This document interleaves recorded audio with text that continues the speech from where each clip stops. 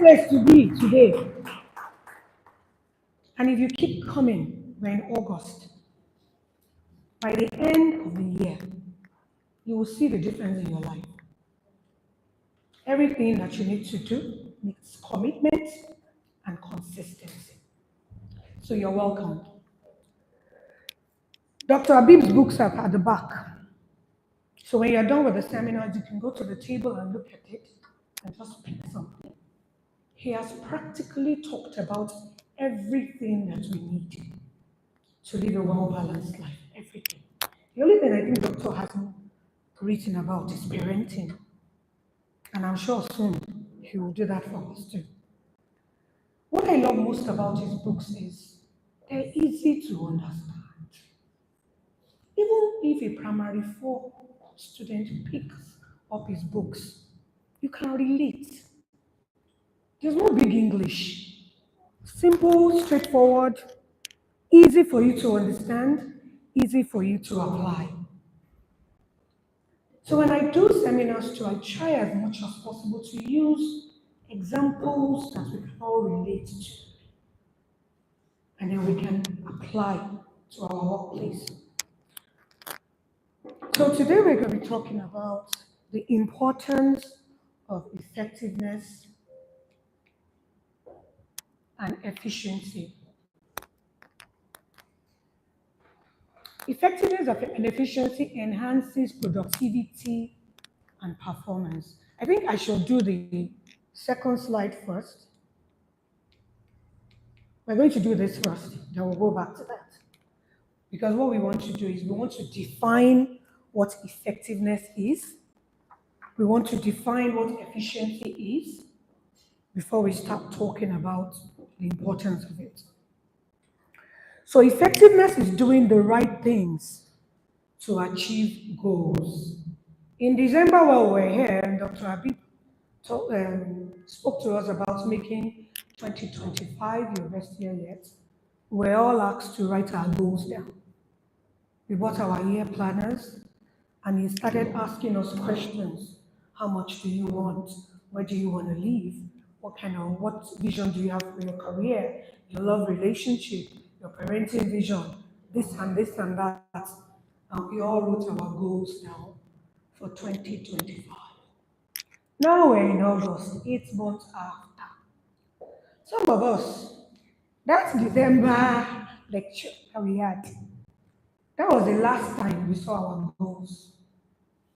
We don't read it every morning, and we don't read it last thing at night for our subconscious mind to work on it for us while we're sleeping. And we wonder why our life is going like this. 8 months, kò tiẹ̀ tí yé mi. Ọdún dẹ̀ ti parí. Like somebody said, January came, February came, then March, April, May, June came. And now we're in August. I'm sure a lot of us are feeling like that. We're all going in 2025 there. So I'm going to define effectiveness as doing the right things to achieve your goals. What are the things that you're supposed to do to achieve those goals that you wrote out for yourself December 2024? Are you doing them? Are you doing them daily? Do you have a to-do list every single day? And on that to-do list, there's something on that list that is taking you towards your goals. Do you even know where you wrote your goals? Is there anybody here that can just get up and tell me 10 of their goals for this year? Let me see your hands up. You are here right now. You can tell me offhand because you know you've been reading the goals, you've been writing it every morning, you've been reading it every night before you slept. Can you tell me right now? 10. No hands up. 5.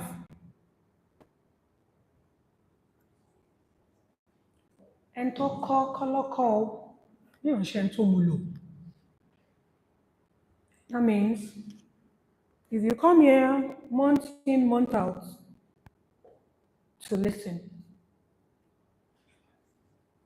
and you don't put action behind your faith, it won't happen. Nobody is doing you. It is not your village people. In fact, if you are looking for who is doing you, go and stand in front of the mirror. You will see it's gedegbe there. It is you. Because if you don't know what your goals are, how are you going to achieve them? How are you going to do things that will take you towards your goals? Effectiveness. Efficiency is doing things right with minimal waste of resources. Effectiveness is doing the right things to achieve your goals. Efficiency is doing things right. You know you can be doing the right thing and not do it right. Do we know that? We can be doing the right things and not doing it right.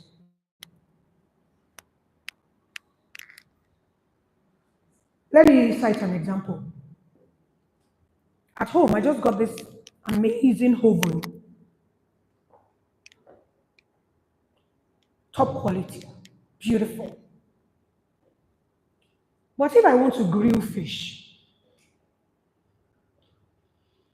I don't use NEPA lights to grill fish. I tell my maid to turn on my generator. Because the day I made the mistake of using prepaid NEPA card to grill fish, they just loaded NEPA the day before. After I finished grilling the fish, I was very pan, pan. You know how that thing goes? Because I grilled fish for 1 hour on NEPA. So I know now that the oven, fantastic, very effective, but it is not efficient to use NEPA to grill your fish, even if you have a top quality oven. Simple example. Let me set another one. I have a friend that has one of the biggest hotel in Ibadan. And he told me, he said, Carl, you know what we do? You know how it is you go to the hotels and you want to have your bath and you turn on the water heater. You are not ready. Oh. You are still listening to maybe doing morning devotion or doing your savers or listening to a podcast that is 2 hours. But already you have turned on the water heater. The water heater that is supposed to be on for 30 minutes. But it's on left. He said so because we know that people do that. It's not that they'll just leave it 2 hours before. When they are checking out, they leave it on. They forget to switch it off. So our NEPA bill was running into millions. So we have to ask ourselves, yes, we have water heaters that are very effective. You tell people that, look, if you turn this water heater on in 5 minutes, it will give you the hot water you want. But they still won't do that. And you can't be in the room with them. So what we do is, the night before, we turn on the generator. We heat the water the night before. For like 2, 3 hours, we do that. Everything is hot, and we switch it off. He said, you see that light that you are on in your room, it's not connected to anything. It is not connected to anything because the water is already hot for you. And that way, we saved millions and millions of naira. So you have to look for an efficient way of dealing with things that are effective. A lot of us in our businesses, we have a lot of things that are taking money away from our businesses. But because they're small, small things, you know how they say it that the naira you are looking for is in the kobo you are wasting every day. A lot of people, yeah, should be 5 naira. I don't know, should be pure water. I tell my staff all the time, I said, how much are you getting that you be buying pure water every day? How much are you getting that you be buying food every day? I said, if you sit down and you tally how much it costs you to buy pure water and food every day, you will find that you are spending more than your salary. You have kids, even if you don't have kids, wake up early, cook food from home. Save yourself a lot of headache and a lot of MSG in your food self. People that have buka, they will not buy you the best quality pepper. They buy a sha and they put a lot of maggi in it to make it sweet. The oil that they've used to fry your rodo, fry kidiko, they use it to cook for you. And you still go and pay them premium to get nonsense. So even in our own lives, ask yourself, what are those things I'm doing that doesn't show efficiency? Dr. Abib is in the house. Can we give him a round of applause?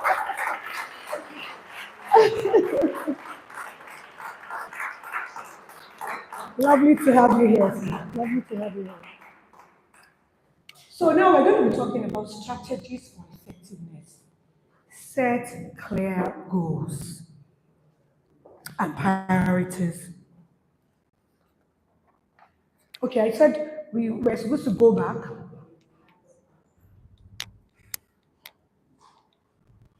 The importance of effectiveness and efficiency. It enhances productivity and performance. It makes the things that we want to do go well without wasting money. It improves decision making and problem solving. This thing that we want to do, how effective is it? Then, is it going to waste money? Is it going to waste time? Is it going to waste resources? We need to ask ourselves that. It also boosts employee engagement and satisfaction. It drives business growth and competitiveness. A lot of us, we're trying to compete with other people, and we tend to forget that the only person you should be competing with is yourself. Who you were last year, who you were 6 months ago, who you were 3 months ago. Are you better or are you worse? When we set clear goals and priorities, we all know that our goals should be SMART. SMART.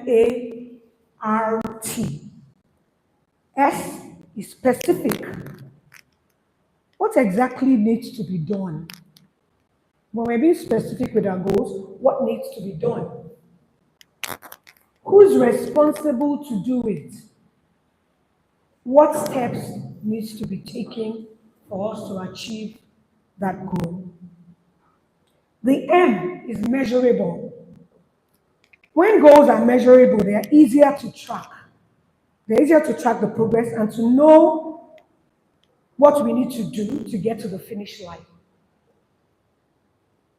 You want to do something. How do you measure it? How do you even track your progress?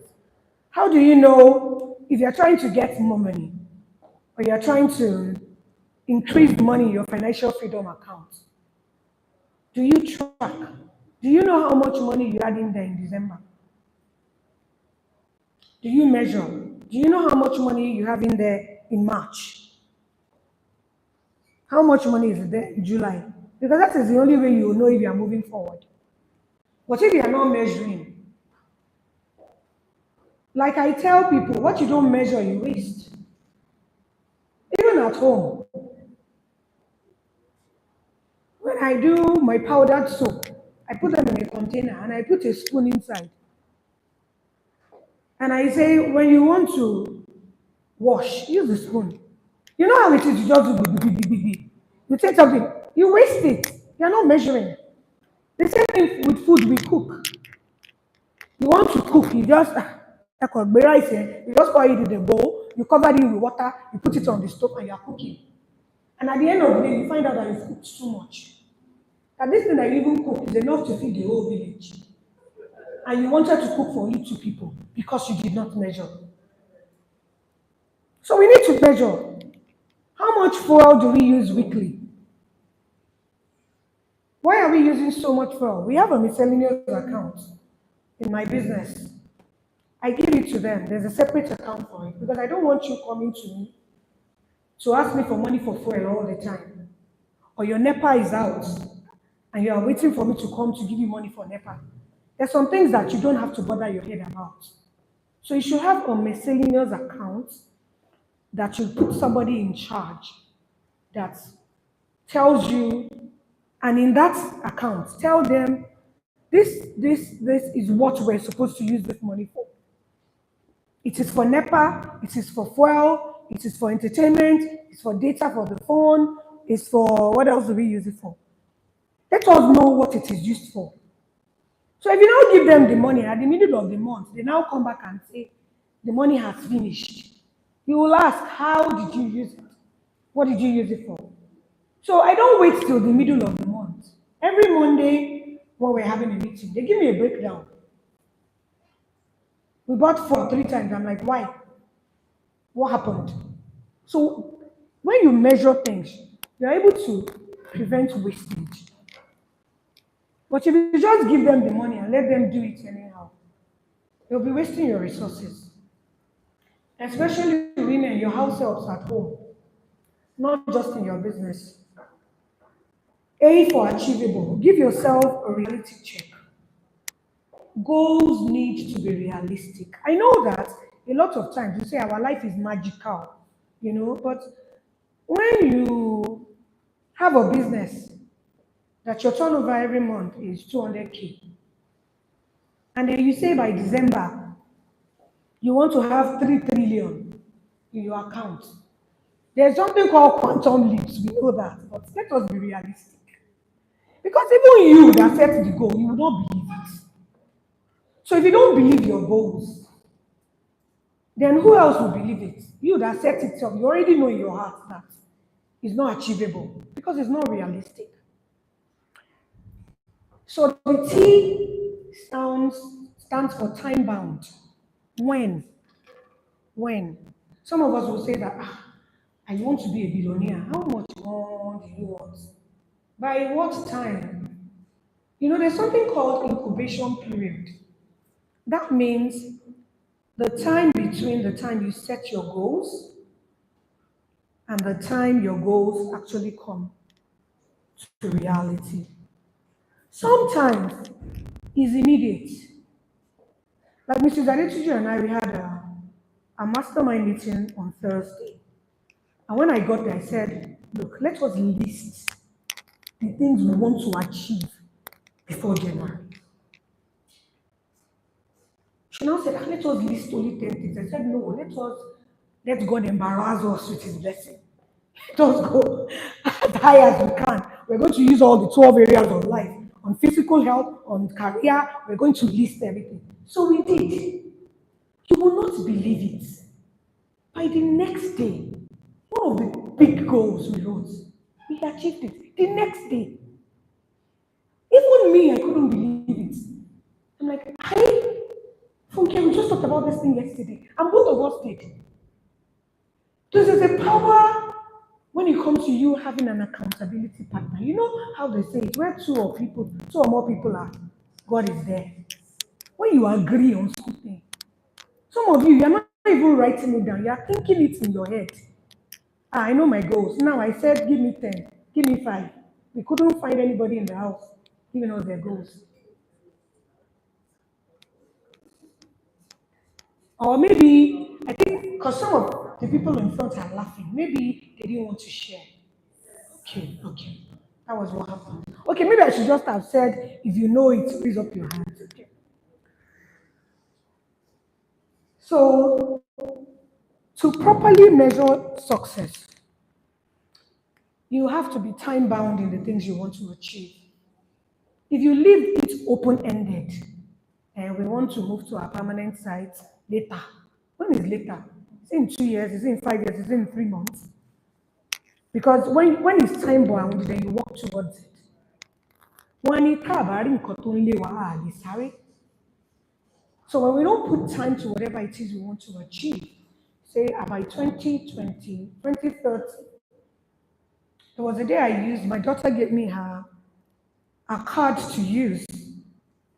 I was in the US, and she gave me a card to use. And I said, what was your PIN number? She said, 2027. And I'm like, why 2027? She said, the year I'm coming back to Nigeria to start my business. So every time she uses her ATM, is reminding her. So we need to be time bound. We're not just going to say, I'm going to start my business later, and when later. No, a lot of us, we do that. We're not specific and time bound by our goals. Knowing how to set goals using the SMART framework can help you succeed in setting and attaining your goals, no matter how long or how small, how large or how small your goals are. So focus on high impact tasks. When you write your to-do list, we already know that, okay, these are the things you want to do every day. And then you have some things that you know will take you towards your goals. But when you got to work, what you're doing is the small, small nonsense, the small, small things that is not making progress in your life. The big ones, you are leaving them on. And then at the end of the day, in the morning, you know you have high energy. You're at your best. You just woke up. You are refreshed. You just finished your savers. Your head is working green, green, green. But those big tasks, you leave them. In the evening, when your energy is low, that is when you want to make decisions on them. So we need to learn to focus on high impact tasks, those ones that will take us to where we want to go. Use data driven decision making. You know, data driven doesn't have to be something complicated. A lot of people, when they say data, you'll be like, okay, so I have to get a business consultant. It could be as simple as, I think it was doctor that shared this story with us. There was a man, he was an illiterate, but he had money. He had fuel station, and he wanted to um, establish another fuel station. So he had an option of two places. Maybe he was thinking maybe Mokola or Secretariat Road. So what he did was he said he put two people at those two locations. You stay at this Mokola junction and you stay at the Secretariat Road. From morning to night, be counting the number of cars that go through. And he did that for a week. And that was what he used to make up his mind. That Mokola, mọ́tò tó ń kọjá ńbẹ̀ ó pọ̀ ju Secretariat Road lọ. So that is data right there. It might be a crude form of data. It doesn't have to be, a computer, a business consultant. No. Whatever data you need, most of us, you don't even have a database for your business. The people that are patronizing you, you don't have their number, you don't have their, email address, no WhatsApp. So if you have new products, you don't even have people you're going to reach out to. If you don't have that in your business, you need to do that. Everybody that comes into your business, you need to be able to capture their data. We will go as far as getting their birthday dates. And then on their birthday, we have a birthday calendar. We call them, and they're like so happy. And we say, oh, for your birthday, you even get a 20% one-time discount in celebration of your birthday. They always come. So all those data, if you're not taking your data, you're letting money go out of the door. Because people like to be seen. They like to be celebrated. We get their birthday, we get their anniversary. Sometimes you call if it's a woman that is our customer, like, happy anniversary. And then, hey, you go to my Baba, you and they are always so excited. You see that excitement in their voice because they believe that we see them. We don't just see them as a customer. We're not only remembering them when they patronize us. We're remembering them even when they're not. So everything we do should be data driven. Encourage collaboration and communication. Especially with your customers, you need to have feedback forms. Somebody patronizes you, and maybe a week later, you can get in touch with them, ask them, do you have a few minutes to spare? We just want to see if we're serving you well. We have some questions that we need to ask. Some people will oblige you. Some people will tell you they don't have time. Some people will tell you, send the question to my WhatsApp and they'll fill it. But if you don't have communication with yourself, your customers, your team members, then how would your business run effectively, efficiently? You know? And how? Hello? Okay. And in collaboration, if you sell seafood and you know that they use seafood for parties, and then you have another friend that sells rice, which is another thing that they use for parties too. You can tell her, put your flyers in her shop. That when people come to buy rice, they say that I want to shape up tea. But seafood, if seafood or we can do that. That is why you see in those days, you see the elewa going and the bread person hawking together. That is collaboration right there. We see things like that, Abby. Nowadays, you even see the people selling gari. They will do the gari, they will do the ekwa, they will do the sugar, they will tie everything together for you. You don't have to go anywhere. Recently, I saw, was it Milo, that was saying you don't have to buy milk. They put milk in the Milo. So you look for people that you can collaborate with. My husband buys fabric from a woman, but the woman also has a tailor that she's always recommending. Ah, I saw him, imagine call Baba Ibaje, money tailor, Koto are very good. That's his collaboration right there. And that was how he knew his present tailor, because the woman that sold fabric to him recommended it. So there's so many collaborations you can do too if you look around and you look within. You can even offer them discounts or commissions. If you refer someone to me, there's a 5% referral commission. Because believe me, a lot of people don't want to do something for nothing. They'll be asking, "Wait, what is it for me?" So if you tell them there's something in it for them, you would find out that your business will run more efficiently. Okay. Okay. So strategies for efficiency: streamline processes and eliminate waste. It's not just waste. There's some waste in our businesses that's even maybe you have too many people working for you. You have a lot of muda. Muda means somebody in your business that if you take them out, you can't feel their absence. Because look, if your presence is not felt, your absence can't be missed. So if you look within, maybe you have salary that you're paying is a lot. You sit down and you ask yourself, what is this one doing? What is this one doing? What is this? Can she do the work of this one, this one, this one? Nowadays, you see people getting guards that can serve as gardener and clean the compound and even wash plates. 3, 4 in one. Because really, if you have a gate man, once you drive out in the morning and you're somebody that goes out 8 and you come back 6, he doesn't have anything doing during the day now. So teach him. You can even get a gardener to teach him how to cut the edges, sweep the compound, do whatever it is, and just give him a little bit more than hiring 2 people.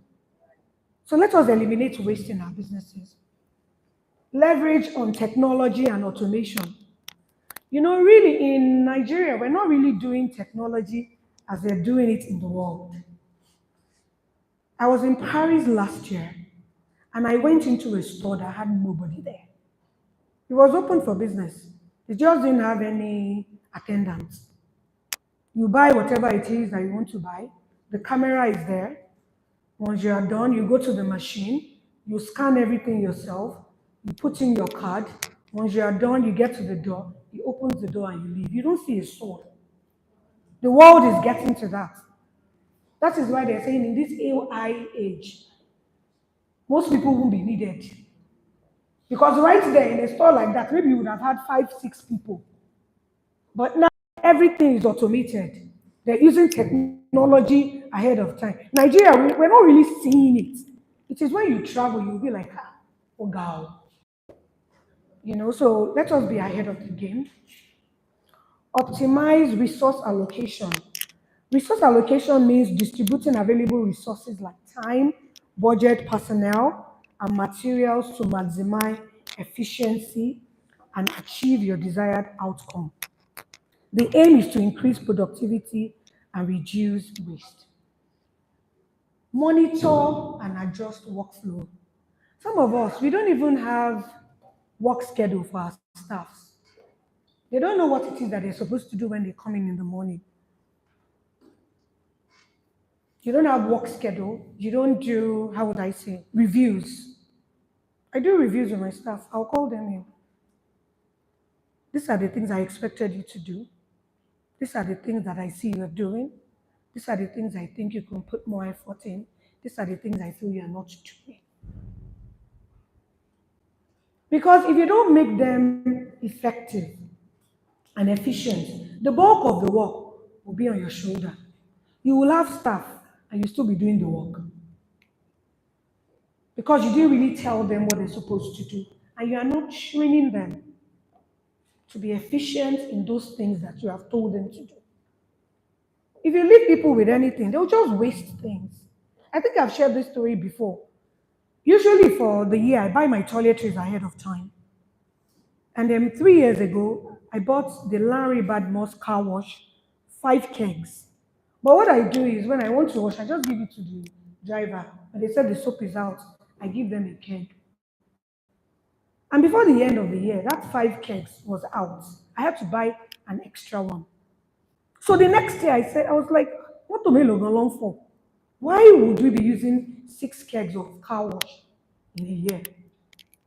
So I decided to decant. I took those Morning Fresh 450 mils container and I decanted it. And I told them, I gave it to them. I said, look, this one should last you for a month because the soap is very thick. But you know what I also noticed? When I go for my exercise and I walk by them, I see them running water, the soap is foaming, they're just wasting it. And our staff do that too. So the first month, I gave it to the driver and I'm like, this is for a month. 2 weeks later, I came back and he said, the soap is out. I said, I told you it's for a month. Go and use water. He thought I was joking. He said, for the rest of the month, use water. So he did. Do you know, consequently, that 450 lasted for a month. Because I was chasing it. I wrote it down. And do you know at the end of the year, do you know I used 2 kegs? Not 5, not 6. And that thing cost 8,000 naira per keg. So on car wash alone, I saved like 8 times 6 is 48,000. And now I now use 2. 30,000 on car wash alone. If you do that with your liquid soap and everything else, you will find out that your helps are harming you because you're not monitoring. You just give things to them. And you know that Pareto law says it's 80% frugality, 20% industry. That you should waste less. We're not supposed to work harder, we're supposed to work smarter. But if you are making the money and people are just wasting it, you will find out that all the hard work that you're doing is going down the drain because you're not monitoring. So we need to monitor and adjust our workflow. We need to cultivating the culture. Leadership is by example. Leadership is it's no longer do as I say. It's do as I do. And you see this do as I do. It's not just only in the workplace, even at home. You tell your children, do this, and you are doing that. They're not listening to you. They are watching you. Because you see, I think I listened to a podcast recently, and they were saying that 89% of what we learn are visual. What you see people doing. 10% is audio, what you hear them saying, and 1% is the other senses. So if you are talking, it's only 10%. You're not doing it. You're not showing them. I don't tell people to do things. I show them to do it. We do them together, and then I let them do it. And then I come in and say, oh, share that, but I don't do it for them continuously. Because if you cannot learn to delegate, you will work till you die. And we all need rest. Some of you, you cannot leave your business for 2 days. Everything will crash. Because you're not leading by example. You're not showing them what they're supposed to do. Some of you are bosses. You get to work, you put your feet down, you're on your phone, you're scrolling. And then you expect your staff to work. They're looking at you now. They might work while you're there. Once you leave, that scrolling that you're doing on social media, they will take over. So we have to learn to lead by example. We have to encourage continuous improvement. A lot of us, we are reading, our staffs are not reading.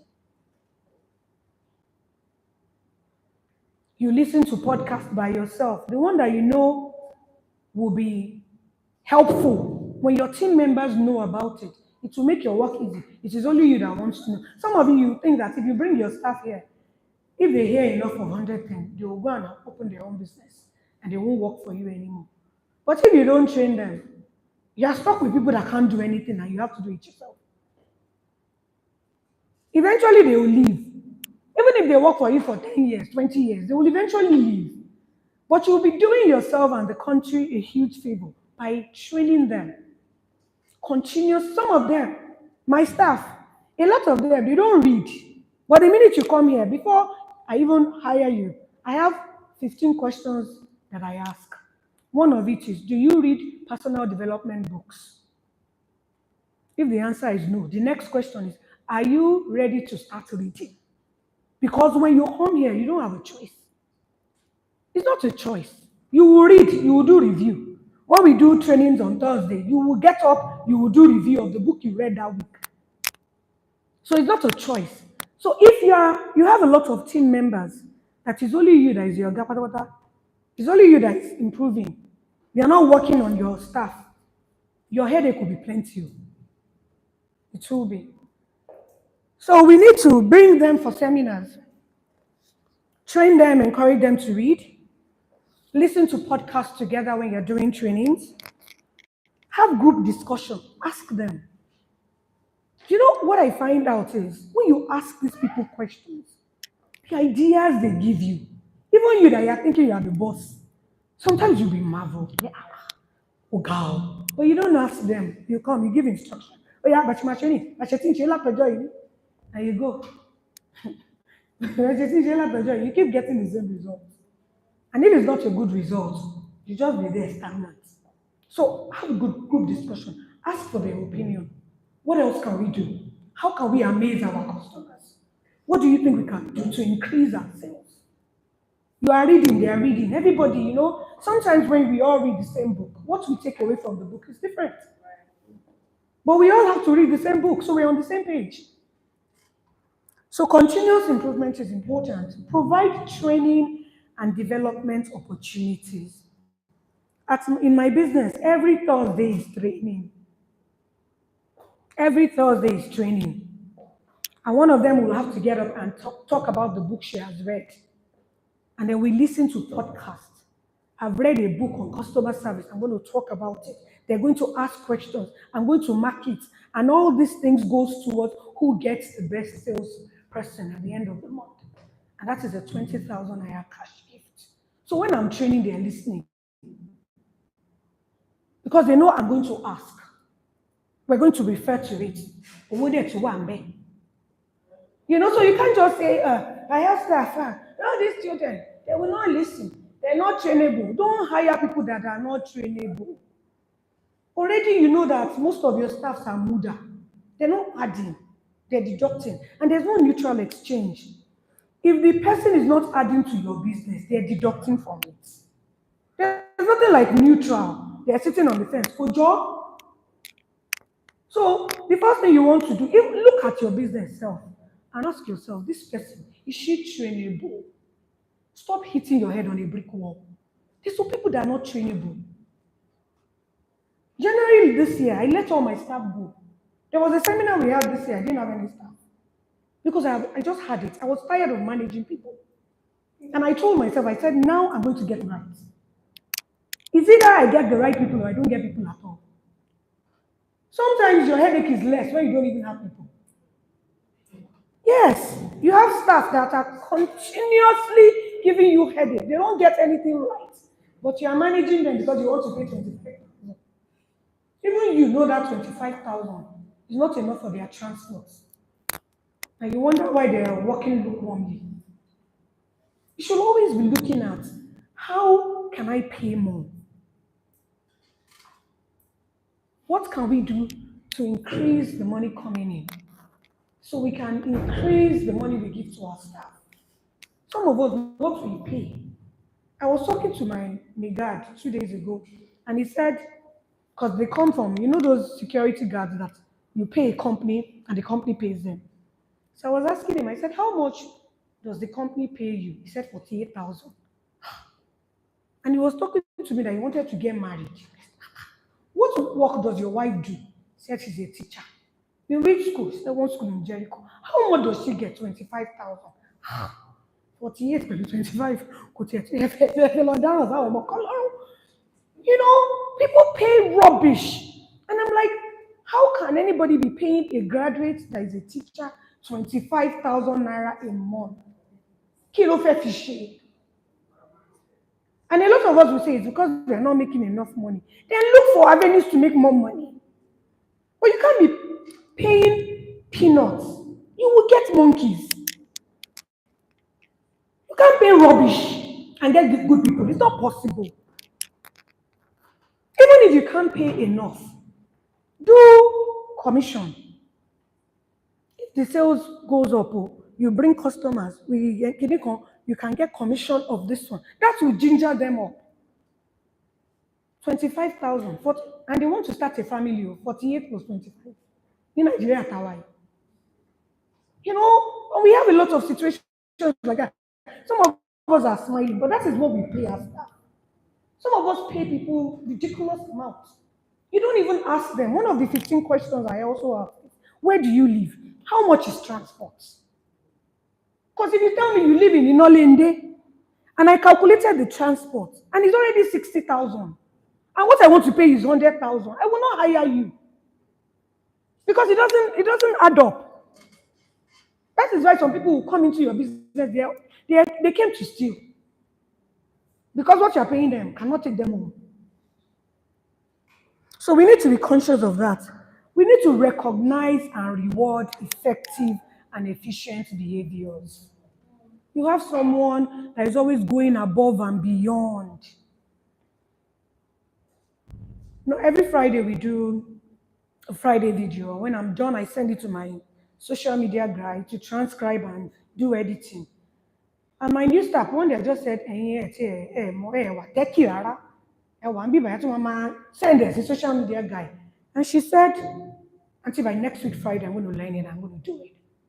And by next week Friday, she learned it, she's doing it better than my social media guy. She transcribed, this is her right here. Get up, let them talk for you. She transcribed with emoji. How to transcribe, how to say emoji. So this is why I'm always saying, talk to them, discuss with them. You have intelligent people in your team if you chose well. And over time, they're improving. The things they do. I'm like, oh God. Now I can sleep with my eyes closed. I can travel and I don't call him when I travel. I don't call him. Before every day I'm checking it. Now I'll say, don't call me, except it's an emergency. Something you cannot do without me. So please, let us first choose right and train. Have welfare packages. Do extras for them if you can afford to do extras. Don't say kokomi. Food, everything is so expensive. Don't be like you can't be bothered. If you have extras, buy a sack of rice, let them split it. Buy whatever. When you're buying your toiletries, buy extra for them. Be nice, be kind. Don't be your own person alone. It's my business. I want to make money. If they're not happy, I always tell them, I said, your welfare and your well-being is my well-being. If you're having issues at home, they will bring it into your business. So after the training on Thursday, I have a one-on-one. I call them, we sit down, we talk. Is there anything bothering you? How can I help? And whatever I can do, I do. So be compassionate with your staff. The benefit of culture. It improves productivity and performance. They're happy. You're on wigi. You're on weye. Enhance employee engagement and satisfaction. We gist. We talk. I care about them. They know. One of them yesterday fell down in our house. And when we're done with the meeting, she said, Auntie, I don't need massage. Because Monday was my massage day. And I called my masseuse, do you have an extra hour to deal with my stuff? She said, yes. I took her home. She did massage. She felt good. Be kind. It doesn't cost anything. How much is massage? Do we understand? And they are happier for it. Because as she felt, if she constantly have a headache throughout the day, she can't give you good performance at work. So better decision making and problem solving. When we have issues, I call them, what do you think we should have done with this? And we talk about it. I just don't come and give them the solution to the problem. If you keep doing them, they cannot think for themselves. Every small thing they will call you. They will call you. Increase competitiveness and growth. You are effective, you're efficient. Even your share in the market will be larger. You have better customer service, happier people, less stress, and then you grow faster.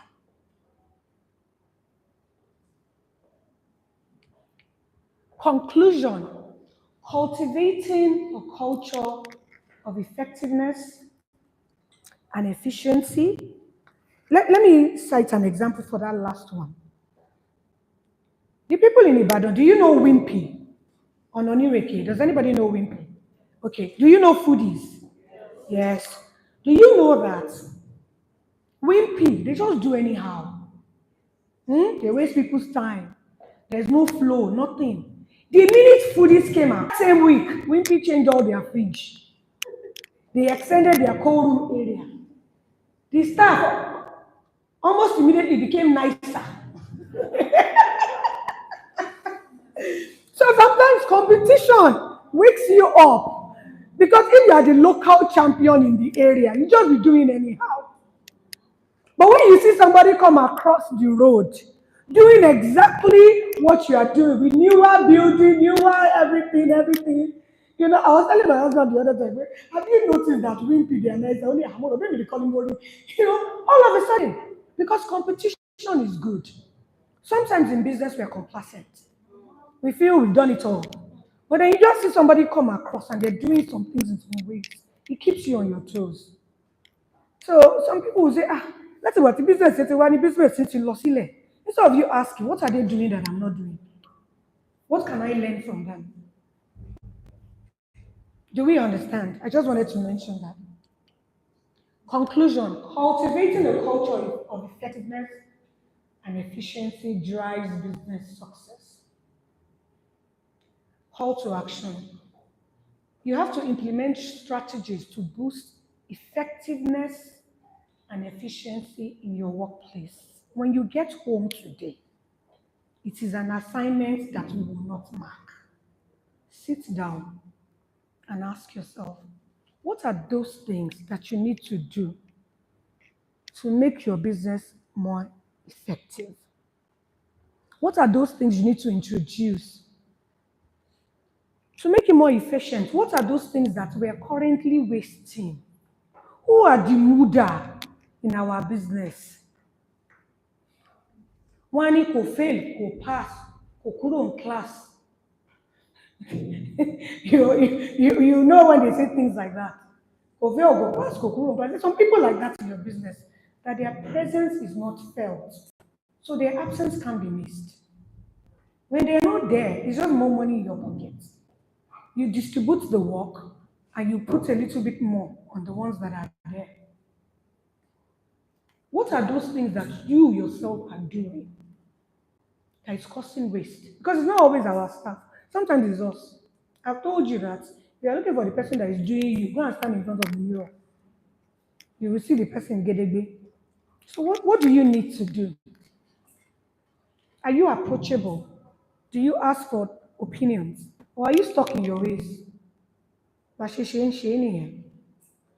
a mentoring group that is Gen Zs. And every Friday, I have a meeting with one of them.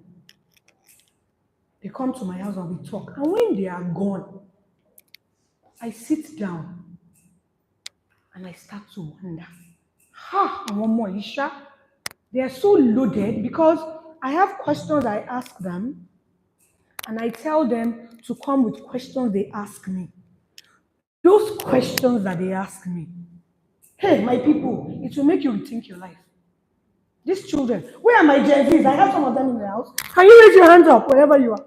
Oh, yeah, raise your hands up. Where my Gen Zs? These ones, loaded, loaded, young, oh. You know how we're always saying, oh, Gen Z, oh, these people are using brain work. They don't want to use the muscle because sometimes that muscle is not necessary. But you can learn a lot from them. It's called mentoring up and mentoring down. Don't shut your children up. Sometimes ask your children, this business that I'm doing, bring them to work. Ask for their opinion. The things they will give you, you'll be shocked. One of them, her father was reporting her to me. He said he was complaining to her about her mom that, your mom does this, she doesn't do this, she doesn't do that.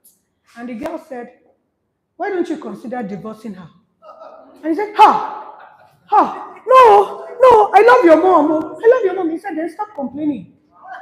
Complaint is poverty, is ingratitude.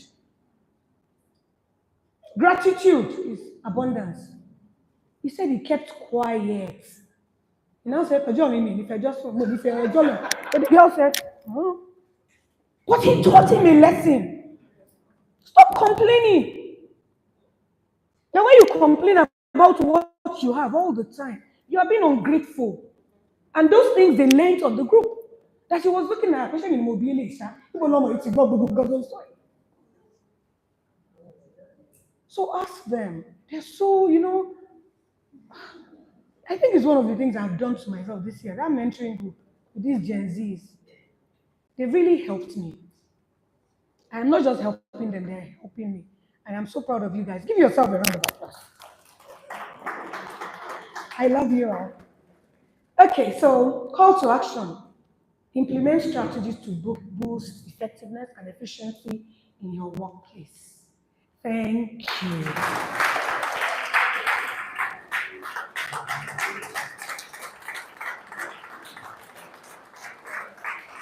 Thank you. Thank you.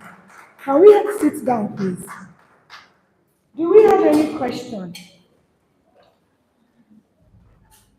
Do we have any questions?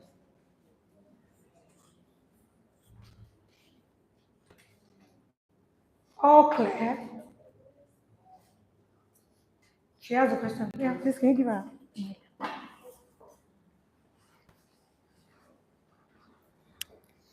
you very much, Ma.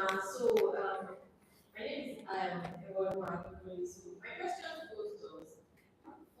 Okay, I have a team. I do not employ them. It is network marketing business, and I have a team. So, these people call me by themselves and they want to do this business. Now, of course, they don't know everything. In fact, most of them don't know anything. So, we have to teach them. But the issue I have in mind is that most of them are not ready to learn. And at the end of the day, they just start complaining. This thing is not working. This. And I try to make them say, for this to work, there are some things you need to do. Fine, you don't know how to do it, but you still need to learn to do it. But there's this, I don't know how to explain, but they just don't want to learn. How do you do it like that? Thank you so much for that beautiful questions. Like I said, there's some people that don't want to learn. Don't waste your time with them. You see, if you want to learn, nothing can stop you. If you don't want to learn, nobody can make you.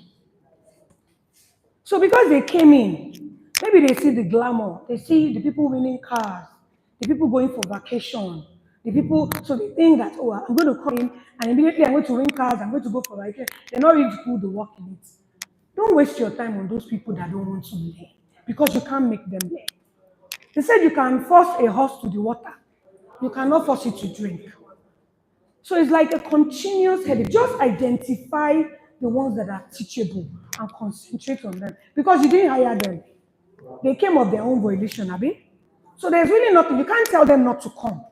But by the time you have your select few that are willing to learn, that you are constantly training, and you are getting results, even the ones that don't want to learn, like,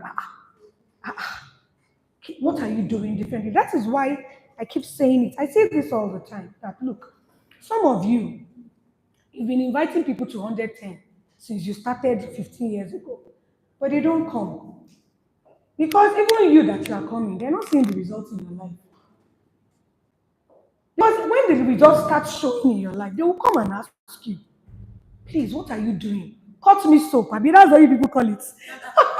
Cut me soap now. Cut soap for me. They will come and ask you. But there's some people that are not teachable. Let them go. Sir, do you want to add to that for us, please? Sir, Dr. Abib.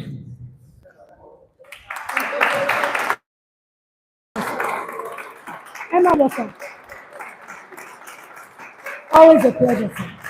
Always a pleasure, sir. Every day. Every day. Okay, sir. I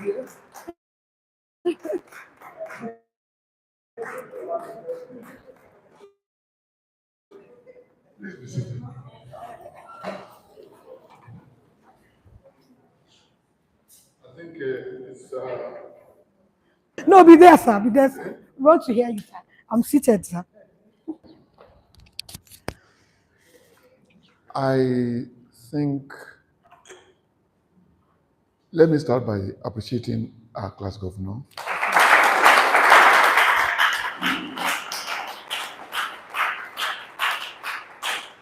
For the amazing presentation. Actually, you will see that I came late. I came from England yesterday night. I slept in Lagos. I arrived in the rain. This I had. I took my bath in Ibadan, and then I just saw this one in my wardrobe and then ironed it, and then came, and lo and behold, I came late. Apologies for that. You see, people who don't learn and people who won't learn, they are the same. It's as if, you see, there are people who went to university. They assume that they already know everything. And then you put them in your group. They drag you behind.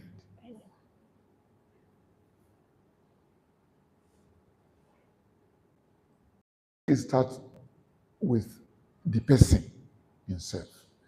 Because if you read every day, you will be very intolerant of those who don't. Yes. You will know them.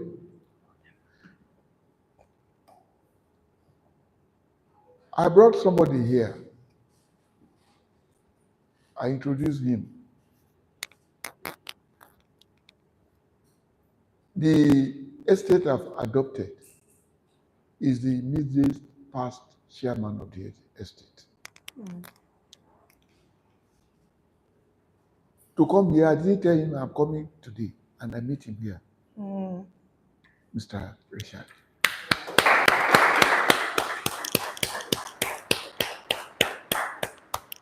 Richard, a lot of us will know him.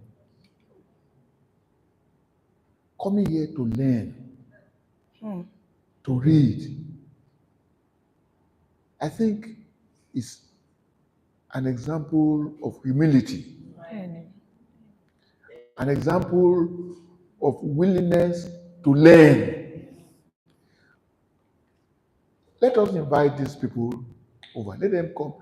The people I work with, I encourage them to come here. And in the past 38 years that I've been running establishments, you can't work with me if you don't read. At the beginning, I will give you books to read. That was 38 years ago. It was compulsory because you had to submit it. And those who would not submit or who would delay for any reason, they will find reason not to include them in the payroll the following month. Because if you are hardworking and you are not intelligent, you will create unnecessary work for other people. The key to the culture of effectiveness and efficiency is called Kaizen. Kaizen. Kaizen starts with the money practice to own your money so that you can own your day.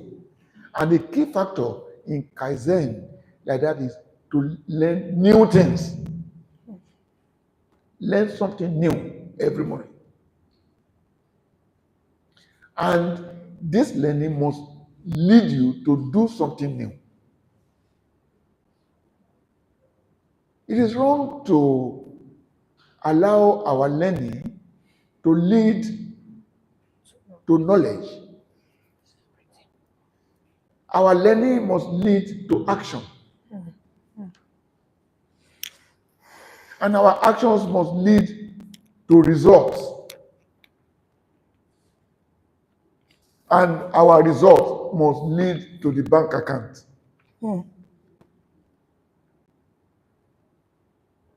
And the bank account must lead in the direction of our goal.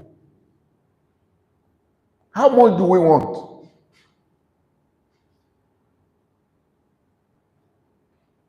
How much do we want at the end of 1 year?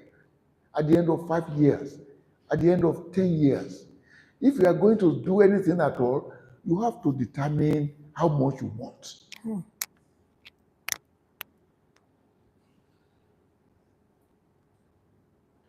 If at the onset you start thinking in terms of hundreds, then you go to thousands. When you are used to thousands, you go to millions. When your consciousness is used to millions, then you matriculate to billions. You understand now? You can't cage yourself into a particular bracket. You can achieve anything. You must have that at the back of your mind, that whatever anybody has achieved is sufficient enough. If somebody has succeeded, it means that you too can succeed. People like Dangote or Tedola and all those quiet people don't have two heads. It's just that the only one they have, they use them wisely.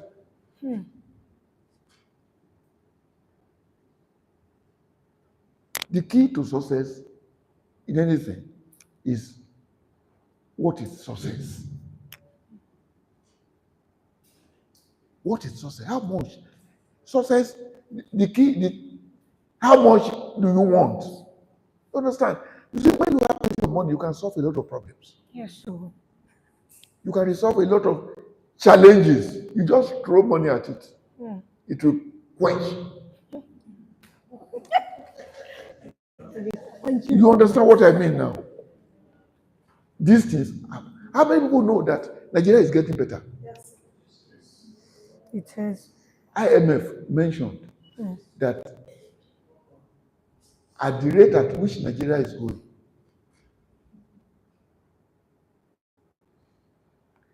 the economy will outpace the economy of England and a few other countries. And then by the time this is happening, our naira is cheap. Many people are coming to start businesses here. And we have the businesses, we are complacent. Can there be anything more foolish?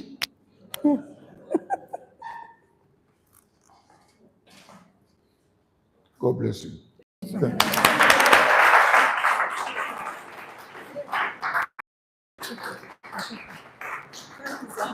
you.